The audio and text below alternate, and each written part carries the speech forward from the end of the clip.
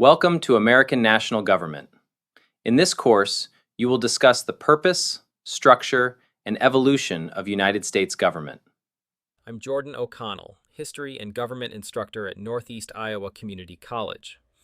This lecture distills a decade of my written notes taken from American Government, Roots and Reform, American Government by Lenz and Holman, and our course-assigned OpenStax American Government textbook. This lecture focuses on due process and the rights of the accused. The core question is this: what does due process actually protect when police, prosecutors, judges, and juries all operate under pressure to resolve danger quickly? The core competency is to explain how the United States Constitution protects individual rights, including the rights of those accused of crimes. What does due process actually protect when police, prosecutors, judges, and juries all operate under pressure to resolve danger quickly? The fight moves through warrants, interrogation rooms, arraignments, counsel, exclusion, and the procedural cost imposed before the state can punish. No government looks more confident than a government that says it has found the guilty person. Police gather evidence, prosecutors file charges, victims demand action, newspapers publish names, neighbors assume the answer must already be obvious, or the state would not have moved this far. That is the exact moment when constitutional discipline carries the most weight. The rights of the accused exist because the state is most dangerous when it feels certain. The same officials who promise safety also control the patrol car, the interrogation room, the evidence locker, the charging document, the plea offer, and the prison gate. A republic that wants liberty cannot trust that entire chain without procedural breaks. This constitutional design treats accused rights as machinery rather than sympathy. The Fourth Amendment regulates search and seizure. The Fifth Amendment regulates coercion, self-incrimination, and due process. The Sixth Amendment regulates counsel, jury process, confrontation, notice, and the speed and publicity of trial. Each amendment adds an administrative hurdle the government must clear before it takes life, liberty, or property. The Constitution slows punishment down on purpose. Resistance to this frame usually begins with the claim that rights of the accused reward bad actors. That response confuses outcome with procedure. The Constitution does not say every accused person is innocent. It says the government must prove guilt through lawful methods. A police officer may believe he found the right suspect. A prosecutor may believe the community needs a conviction. A judge may think the defendant looks dangerous. Constitutional procedure still demands warrants, notice, counsel, confrontation, proof, and fair process. The system assumes that state power, not only criminal conduct, can produce injustice. The civic problem becomes sharper once the ordinary incentives pushing officials toward shortcuts are laid out. Departments want arrests that clear cases. Prosecutors want conviction rates. Elected sheriffs want reputations for toughness. Judges manage crowded dockets. Municipalities do not like expensive public defense systems. The public wants quick reassurance. Procedure answers that pressure with friction. It makes the state do more paperwork, meet more deadlines, clear more evidentiary hurdles, and face more adversarial challenge before it can cage a human being. The framers wrote criminal procedure protections into the Bill of Rights because they knew how governments abuse police and prosecutorial power. British officials had used general warrants and broad searches. Forced confessions and politicized prosecutions were familiar dangers in Anglo-American legal memory. The Fourth, Fifth, and Sixth Amendments did not appear because the framers trusted police restraint. They appeared because the framers expected executive officers to push beyond limits when fear, anger, or convenience invited them.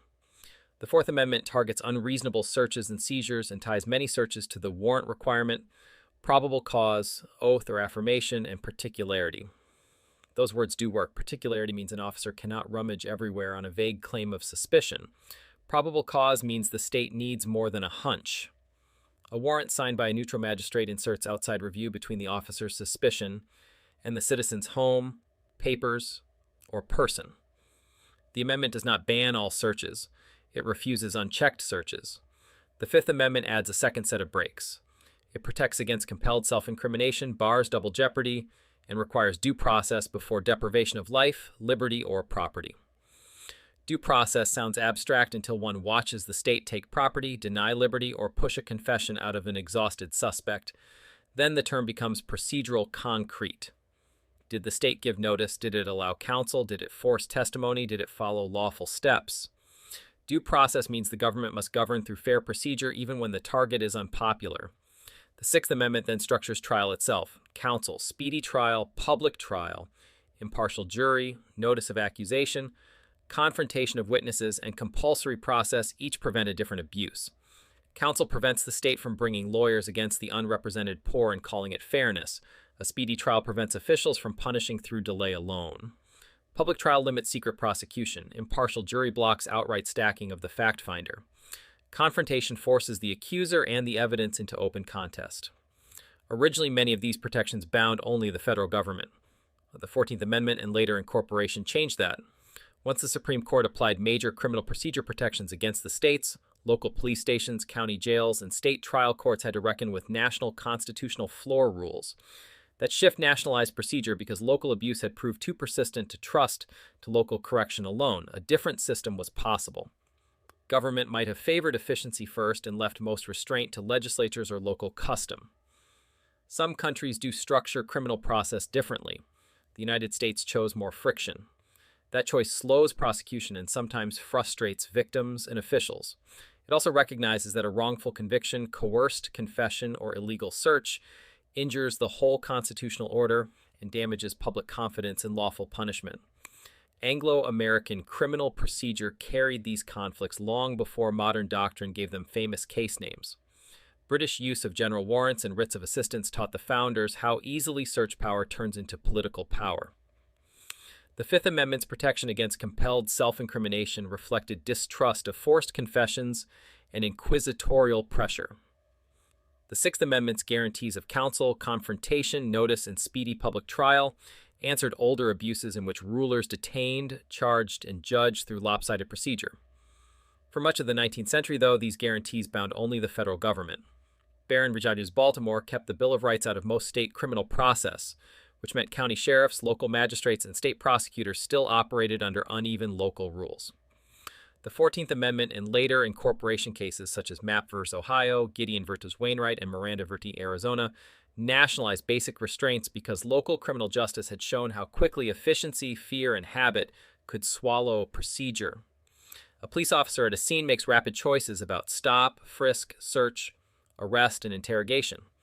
Those choices begin the right story, not the courtroom alone. If the officer enters a house without lawful basis, seizes evidence without satisfying constitutional standards, or questions a suspect in custody without proper warnings, the state may poison its own case at the source. The Fourth Amendment is a set of live moments where an officer chooses whether to slow down for a warrant, specify the target, and justify probable cause. The exclusionary rule raises the stakes because illegally obtained evidence may be excluded from trial. Critics hate that remedy because it can keep reliable proof out of court. Defenders insist no other remedy changes police behavior enough. The rule tells departments that constitutional violations carry evidentiary cost. If officers can break the Fourth Amendment and still use the resulting evidence freely, the amendment becomes a lecture note rather than a command. Interrogation creates a second pressure point. Custodial questioning isolates the suspect, controls time, and turns speech into evidence. Miranda warnings grew out of the fear that coercive interrogation can produce silence, confusion, false admissions, or statements made without understanding the right to stop. The warning does not guarantee justice. It does something narrower and vital. It forces the state to announce that the suspect has the right to remain silent and the right to counsel before questioning continues. That ritual constitutionalizes the room. Gideon v. Wainwright shows why procedure collapses without counsel. Clarence Earl Gideon asked for a lawyer in a Florida felony case, and the state denied him one because its rules did not appoint counsel in his category of case. He defended himself, lost, and wrote a prison petition by hand to the Supreme Court. Justice Hugo Black wrote that lawyers in criminal courts are necessities, not luxuries. That line carries force because it rejects the fiction that an unrepresented poor defendant and a trained prosecutor enter the courtroom as procedural equals. Public defenders, judges, clerks, bailiffs, and court reporters also belong here because due process lives in staffing and administration. A right to counsel on paper means less if one defender carries impossible caseloads. A right to speedy trial means less if a county lacks judges or interpreters. An impartial jury means less if the jury pool excludes parts of the community. The machine can fail through neglect as well as through open abuse. Plea bargaining adds another layer of pressure. Most criminal cases do not end in full jury trials. They end in negotiated pleas under the shadow of charging power, detention, sentencing exposure, and court backlog. That fact does not erase constitutional rights. It changes where they operate. Counsel becomes vital earlier. Discovery disputes carry greater force. Bail decisions carry greater force.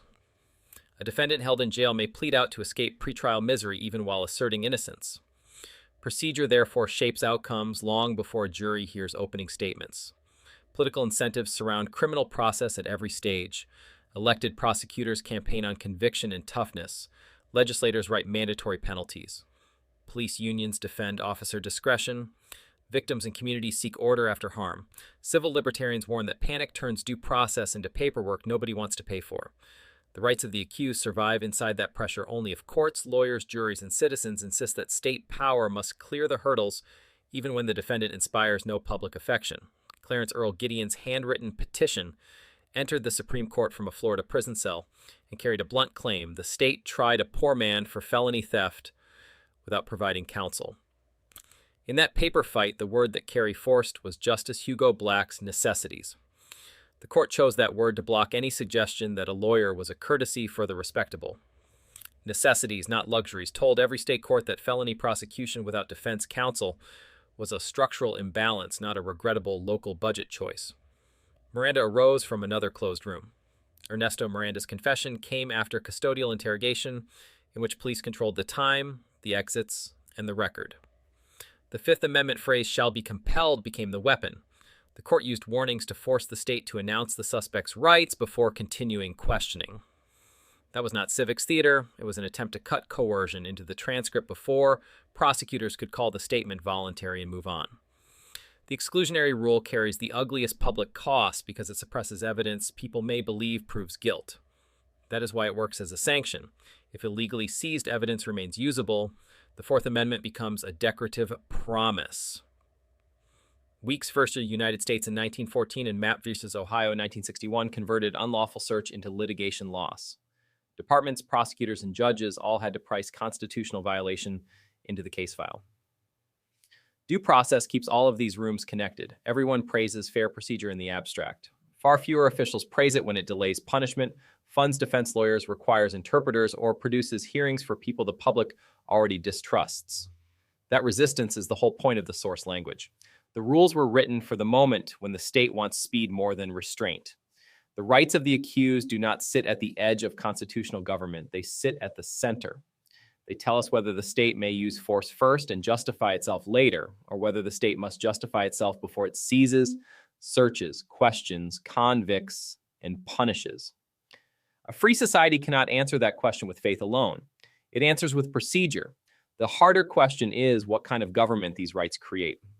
A government that can search broadly, interrogate aggressively, deny counsel, rush trial, and use unlawfully gathered evidence will convict many guilty people. It will also threaten innocent people, poor people, unpopular people, and anyone unfortunate enough to stand between official ambition and public fear. Constitutional friction raises costs because unchecked punishment raises deeper ones. The machinery remains imperfect. Public defense systems run short on money. Bail systems distort outcomes. Plea bargaining weakens the trial ideal. Courts tolerate exceptions and practical compromises. None of that erases the principle. It shows why citizens must defend the principle in budgets, elections, jury service, and ordinary argument. The rights of the accused are not a gift to defendants alone. They are maintenance rules for a state with police power. The unresolved judgment is harsh and necessary. When public fear rises and guilt seems obvious, will citizens still insist that the state clear every procedural hurdle, or will they decide that due process deserves protection only when they approve of the defendant? The answer determines whether constitutional liberty survives inside the criminal process or yields to administrative appetite. The unresolved question is how much delay, exclusion, and procedure a free society must impose before punishment becomes legitimate. If you're curious how I'm using AI to build these lectures and reshape higher education, visit thelibertytolearn.com. I'll see you in class.